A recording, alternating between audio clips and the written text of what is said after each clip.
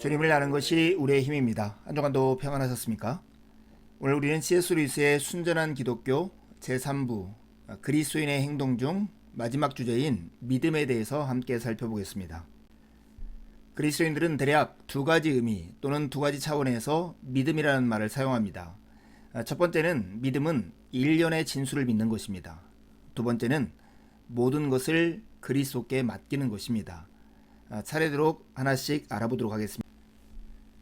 그리스도인들은 대략 두 가지 의미 또는 차원에서 믿음이라는 말을 사용하는데요. 첫째로 믿음은 단순히 신념, 즉 기독교의 교리를 사실로 여기거나 받아들이는 것을 의미합니다. 간단하지요. 그러나 사람들을 당황시키는 것은 그리스도인이 이 첫 번째 의미의 믿음을 하나의 덕목으로 여긴다는 사실입니다. 일련의 진술을 믿거나 믿지 않는 것이 도덕 또는 부도덕과 무슨 상관이 있단 말입니까? 이것이 우리가 가진 걸림돌입니다. 어떤 진술을 받아들이냐 거부하느냐는 자신이 무엇을 원하느냐에 달린 문제가 아니라 그 증거가 충분하다고 생각되느냐 그렇지 않느냐 하는 문제입니다. 그러니까 누가 그 증거의 충분성을 잘못 판단했다면 그것은 그가 나쁜 사람이라는 뜻이 아니라 그다지 명석하지 못하다는 뜻에 불과합니다. 또 증거가 충분하지 않은데도 불구하고 믿으려고 애쓰는 이가 있다면 그저 어리석은 사람으로 간주하면 그만입니다. 다행히 이 질문에 답할 실마리가 있습니다. 그것은 인간의 정신이 전적으로 이성의 지배를 받는지를 점검함으로써 얻을 수 있습니다. 우리는 인간의 정신이 한번 어떤 것을 사실로 받아들이면 그것을 제고하게 만드는 대단한 이유가 생기지 않는 한 자동적으로 그 믿음을 견제하기 마련이라는 가정을 가지고 있습니다. 이게 사실상 인간의 정신은 이성의 전적인 지배를 받는다고 생각하는 것이죠. 그러나 그렇지 않습니다. 이런 사례를 생각해 보시죠. 우리의 이성은 마취를 한다고 해서 사람이 질식하는 것은 아니고 잘 훈련된 의사들은 우리가 완전히 의식을 잃을 때까지 절대 수술을 시작하지 않는다는 것을 충분한 증거를 통해서 완벽하게 확신하고 있습니다. 그런데도 어떻습니까? 의사들이 우리를 수술대 위에 눕혀놓고 그 끔찍한 마스크를 씌울 때면 마음속으로부터 아주 유치한 공포심이 솟구치기 시작합니다. 이 사례에서 우리의 믿음을 무너뜨리는 것은 이성이 아닙니다. 믿음을 무너뜨리는 것은 우리의 상상력과 감정입니다. 믿음과 이성이 한 편이 되고 감정과 상상력이 다른 편이 되어 싸움을 벌이는 것이죠. 이러한 실마리는 우리가 기독교를 믿을 때에도 일시적으로 기독교에 반대되는 기분이 들 때 이런 상황을 이해할 수 있는 단초를 제공합니다. 기독교를 믿으라는 것은 잘 추론해 본 결과 기독교를 믿을 증거의 무게가 충분하지 않은데도 무조건 받아들이라는 말이 아닙니다. 믿음은 그렇게 생기지 않습니다. 우리가 한번 가정해 보시죠. 어떤 사람의 이성이 일단 그 증거의 무게가 충분하다는 가정을 내렸다고 생각해 보시죠. 그런데도 불구하고 그 마음속에서 일어나는 감정들이 있습니다. 먼저는 공격이죠. 나쁜 소식이 들리거나 어려움이 생기거나 기독교를 믿지 않는 사람들 틈에 끼어 있을 때면 느닷없이 이런저런 감정들이 들고 일어나 그의 신념에 일종의 전적인 공격을 감행할 것입니다. 그래서 우리를 도피하게 만듭니다.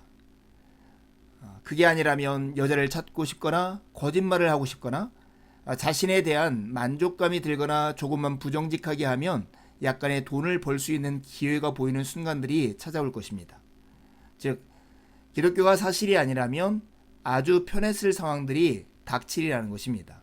그러면 그의 바람과 욕구들이 한꺼번에 들고 일어나 또 한 번 전적인 공격을 해올 것입니다.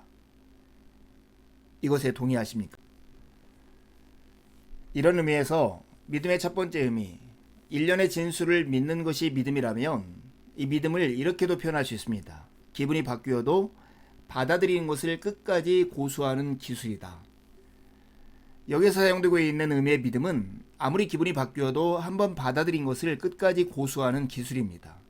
기분은 이성의 생각과 상관없이 변하는 법입니다. 우리는 이런 경험을 했습니다. 지금 우리는 그리스도이면서도 모든 것이 도무지 사실이 아닌 듯한 기분이 들 때가 있습니다. 그런데 무신론자 시절에는 기독교가 정말 사실인 것 같은 기분이 들 때가 있었습니다. 이처럼 기분은 진정한 자아의 반기를 들게 되어 있습니다. 바로 이런 이유 때문에 믿음이 필수 덕목에 들어가는 것입니다.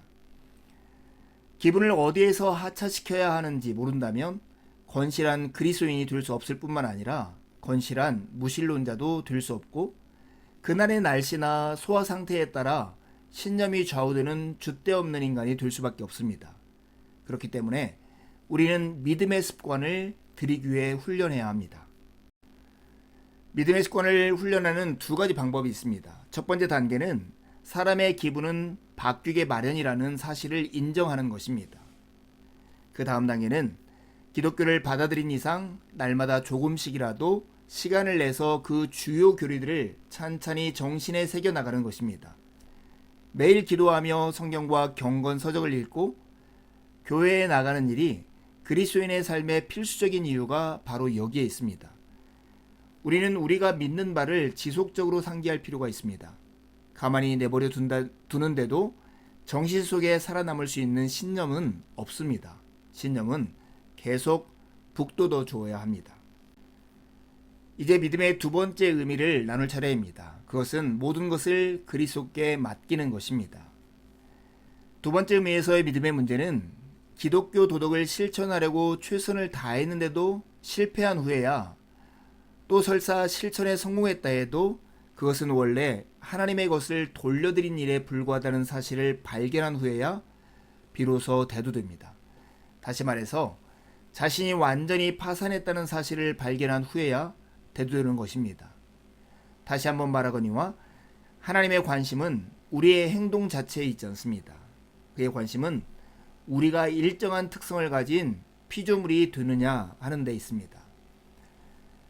사람이 하나님을 우리에게 시험지를 내주는 시험관이나 일종의 거래상대로 생각하는 한 그는 하나님과 바른 관계를 맺을 수가 없습니다. 그는 자기가 어떤 존재이며 하나님이 어떤 분인지에 대해 완전히 오해하고 있는 것입니다.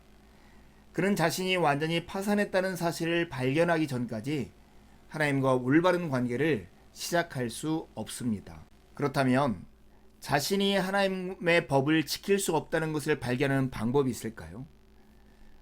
우리가 하나님의 법을 지킬 수 없다는 사실을 발견할 수 있는 유일한 방법은 그것을 지켜보려고 있는 힘껏 노력해 보는 것입니다. 그래서 실패해 보는 것입니다. 그렇게 하지 않으면 말로는 뭐라 하든 마음 한구석에는 조금만 더 노력하면 다음번에는 완전히 선해질 수 있을 거야 라는 생각이 늘 숨어있게 마련입니다.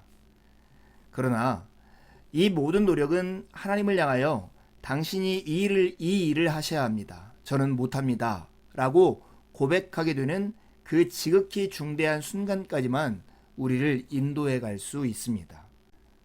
이제 우리는 두 번째 의미의 믿음의 구체적인 내용을 말할 수 있을 때가 되었습니다. 모든 것을 그리스도께 맡긴다는 그 의미는 두 가지인데요. 첫 번째는 전적인 신뢰입니다.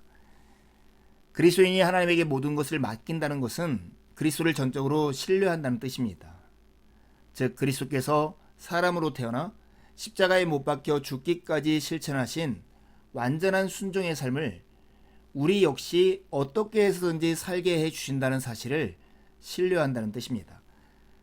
그리스도를 더 닮아가게 해주신다는 사실, 또 어떤 의미에서는 자기의 부족함을 채워주신다는 사실을 신뢰하는 것이지요. 하지만 한계도 있습니다.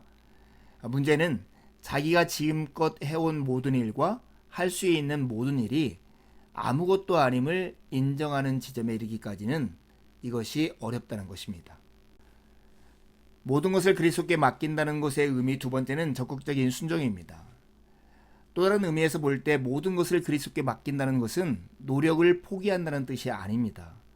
신뢰하는 사람의 충고를 따르지 않는다는 것은 있을 수 없는 일입니다. 자신을 그에게 맡겼다면 그에게 순종하기 위해 노력하는 것이 당연한 순서입니다. 그러나 이때는 전과는 다른 새로운 방식으로, 즉 전만큼 안달하지 않으면서 노력하게 됩니다. 우리는 이제 구원받기 위해서가 아니라 구원이 이미 시작되었기 때문에 이런 일들을 하는 것입니다. 사람은 도덕적인 노력을 진지하게 기울여 봐야만 항복할 수 있습니다. 그리고 그리스도를 믿어야만 그 절망에서 구원받을 수 있습니다. 그러면 바로 그 믿음으로부터 반드시 선한 행동이 나오게 되어 있습니다. 이제 우리 사이에 흔히 논의되고 있는 한 가지 질문을 다루고 마치려 합니다. 천국으로 인도하는 것이 행위냐 믿음이냐 하는 질문입니다. 그리스도인들은 자신들을 천국으로 인도하는 것이 선한 행위냐 그리스도를 믿는 믿음이냐를 두고 자주 논쟁을 벌여왔습니다. 우리가 보기에는 이런 논쟁이 가위의 양날 중 어느 곳이 더 필요한가를 따지려는 일이 아닌가 싶습니다. 사람은 도덕적인 노력을 진지하게 기울여 봐야만 항복할 수 있습니다. 그리고 그리스도를 믿어야만 그 절망에서 구원받을 수 있습니다. 그러면 바로 그 믿음으로부터 반드시 선한 행동이 나오게 되어 있습니다. 빌립보서 2장 12절 13절 안에 이 두 가지를 통합함으로써 문제를 마무리 짓는 내용이 나옵니다. 그 구절의 전반부는 두렵고 떨림으로 너희 구원을 이루라고 되어 있습니다.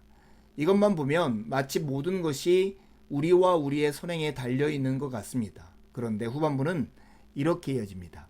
너희 안에 행하시는 이는 하나님이시니. 이제 두 가지 질문하고 마치려 합니다. 첫 번째 질문입니다. 그리스도인들이 믿음에 대해서 말하는 두 가지 의미는 무엇입니까? 두 번째 질문입니다. 우리를 천국으로 인도하는 것은 행위일까요? 믿음일까요? 이 둘을 분리할 수 없다면 그 이유는 무엇일까요? 남은 한 주도 주님의 은혜를 의지해 살고 복된 주일에 함께 만나 기쁨으로 우리 하나님을 예배하시죠. 감사합니다.